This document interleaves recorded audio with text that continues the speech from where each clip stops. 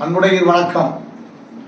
ராசி பலன்கள் வாழ்வியல் சேனல் சார்பா, நீங்க இருக்கக்கூடிய வீடு உங்களுக்கு ராசியா இல்லையா, இல்ல வீட்டில் எதுவும் வாஸ்து குறைபாடாங்கிறத தீர்மானிக்கிறது எதுன்னா, பொதுவாக ஒரு புது வீட்டுக்கு போறோம், கிரக பிரவேசம் பண்ணி போறோம் அப்படின்னு சொன்னா, அந்த வீட்டுக்கு போன உடனே நல்ல விஷயங்கள், உங்க மனசை இன்பப்படுத்தக்கூடிய அனைத்து விஷயங்களும் நன்மையாக நடந்துச்சுன்னு சொன்னா அந்த வீடு ராசி. ஆனா இது எல்லாருக்கும் தெரிஞ்ச விதி தான். இருந்தாலும் எதுக்கு எடுத்தாலும் எடுத்தவொடனே வீடு ராசி இல்லை, அது இல்லைன்னு சொல்றதை விட, இந்த மாதிரி விஷயங்கள் நடந்தால் அது மிக ராசியான வீடு என்பதை தெரிந்து கொள்ளுங்கள். அதாவது ஒரு வீட்டுக்கு குடி போன உடனே பிள்ளைகளுக்கு கல்யாணமாகாம இருந்து திருமணம் நடந்தால் ராசியான வீடு. வீட்டு ஓனர் உங்களுக்கே கல்யாணமாகாம இருந்து திருமணம் முடிந்தால் அது ராசியான வீடு தான். கடன் அதிகமாக இருந்து அந்த வீட்டுக்கு போனவுடனே கடன் அடைஞ்சாலும் ராசியான வீடு தான். உடல்நல கோளாறுகள் இருந்தது, உடல்நலம் சீராக அந்த வீட்டுக்கு போனவுடனே சீராக இருப்பதும் ராசி தான். அது போக தொழிலும் நல்லா இருக்கணும், ஆரோக்கியம், வீட்டில் உள்ள எல்லாருக்குமே ஆரோக்கியம் இருக்கணும், ஆரோக்கியம் மேம்படணும். இவைகள் அனைத்தும் குழந்தை செல்வம் இல்லாமல் இருந்தவங்களுக்கு அந்த வீட்டுக்கு போனவுடனே குழந்தை பிறந்துட்டாலும் ராசியான வீடு தான். இந்த மாதிரி நம்ம மனதிற்கு இன்பத்தை தரக்கூடிய அனைத்து செயல்களும் அந்த இல்லத்தில் குடி புகுந்தவுடன் இருந்தால் இவை ராசியான வீடு என்று கூறப்படும். அப்படி இருக்கக்கூடிய காலகட்டங்களில் சில அந்த வீடுகளில் சில வாஸ்து கோளாறுகள் இருக்கும். ஒரு மூலையில் இருக்கக்கூடியது இன்னொரு மூலையில் இருக்கு அப்படின்னு யாரும் சொன்னாலும் அதை ரொம்ப பெரிய விஷயமா பொருட்படுத்த வேண்டாம். என்னன்னா அந்த வீடு ராசியா இல்லைங்கிறத முழுமையாக உணர்ந்தது அந்த வீட்டில் இருக்கக்கூடிய நீங்கள்லாம் தான். அப்படிங்கும்போது இது அந்த மூலையில் இருக்கணும், இது இந்த மூலையில் இருக்கணும்னு சொல்லி குழப்பும் போது அந்த மாதிரி விஷயங்களை நீங்க பெரிதாக எடுத்துக்கொள்ள வேண்டாம். ஏன்னா நீங்க அந்த வீட்டுக்கு போன நாட்களை எண்ணி பார்த்து அதுல இருந்து என்ன நல்லவைகள்லாம் நடந்திருக்கோ அதை வச்சு தீர்மானிக்கிறது தான் ராசியான வீடு என்பது.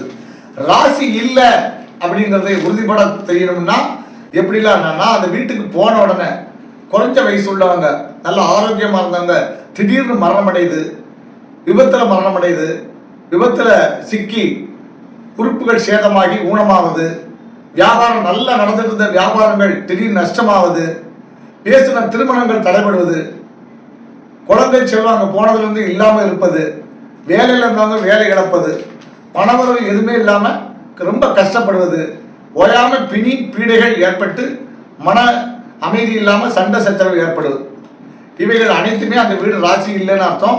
ஆனா சண்டை சச்சரவு ஏற்படுவது மட்டும் அது ஒரு காரணமாக நினைக்க வேண்டாம். வேறு சொன்ன அனைத்து காரணங்கள் இருந்தால் அது ராசி இல்லை என்று பொருள்.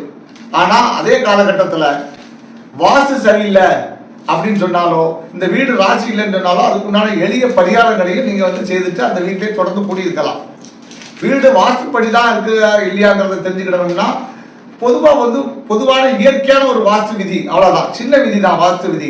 தென்கிழக்கு மூலையில சமையலறை இருக்கணும், தென்மேற்கு மூலை கன்னி மூலை, தென்கிழக்கு மூலை அக்னி மூலை, அந்த அக்னி மூலையில அடுப்பாங்கிற சமையலறை இருக்கணும், அவ்வளவுதான். தென்மேற்கு அதாவது கன்னி மூலை, அங்க பூஜை அறை இருக்கணும், சாமி கும்பிடக்கூடிய இடம் இருக்கணும். ஈசானிய மூலை அதாவது வடகிழக்குல ரீடிங் ரூம், பிரேயர் ரூம், அப்புறம் நம்ம தியானம் பண்ணக்கூடியது, பொதுவாக நல்ல விஷயங்களை உட்காந்து பேசக்கூடியது எல்லாமே ஈசானிய மூலையில இருக்கக்கூடிய ஹாலில் செய்துக்கலாம். வாயு மூலையில கழிவறை அதாவது மடமேற்கு, அவ்வளோ. இதுதான் பொதுவான விதி. இதை மீறி அதை அங்கே இருக்கலாமா, இந்த கட்டணம் இப்படி மாறி இருக்க, இதில் இத்தனை இருக்க, இது இப்படி இருக்க, இதுல இந்த டேங்க், அதெல்லாம் அதை பத்தி எது ரொம்ப யோசிக்க வேண்டாம். ஏன்னா பொதுவாக நம்ம இருக்கக்கூடிய வீடுகளில் வாஸ்து கரெக்டா இல்லையாங்கிறத ஒரு எளிய ஒரு பரிசோதனை மூலம் நீங்க தெரிஞ்சுக்கலாம். என்னன்னா எல்லா வீட்லையும் இப்ப நவீன யுகத்துல பெட்ரூம்ல, வீட்டுக்குள்ள, ஹாலுக்குள்ள எல்லாம் கழிவறைகள், அதாவது பாத்ரூம் வச்சிருக்காங்க, கழிவறைகள் வச்சிருக்காங்க. அதுவும் பெட்ரூம் குறிப்பா பெட்ரூம்ல கழிவறை வச்சிருக்காங்க. ஆனா தொன்று தொட்டு உள்ள வாஸ்து சாஸ்திரத்துல என்ன சொல்றதுன்னு சொன்னா, கழிவறை என்பது வீட்டிற்கு அப்பால் கொல்லைப்புறம் என்று சொல்வார்கள். கொல்லைப்புறத்துல தான் இருக்கும். எவ்வளவு பெரிய பங்களாவா இருந்தாலும் சரி, கொல்லைப்புறம் பின்னால்தான் இருக்கும். அங்கதான் கழிவறை இருக்கும். அங்கதான் நம்ம கழிப்பு, அதாவது மலஜலம் கழிப்பதற்கு செல்லணும். ஆனா அதை மீறி இப்ப நவீன யுகத்துல எல்லா வீட்லயும் பெட்ரூமுக்குள்ள கழிவறை வந்துட்டுனாலே வாஸ்துவுடைய கோளாறுகள் இருக்குன்னு தான் அர்த்தம்.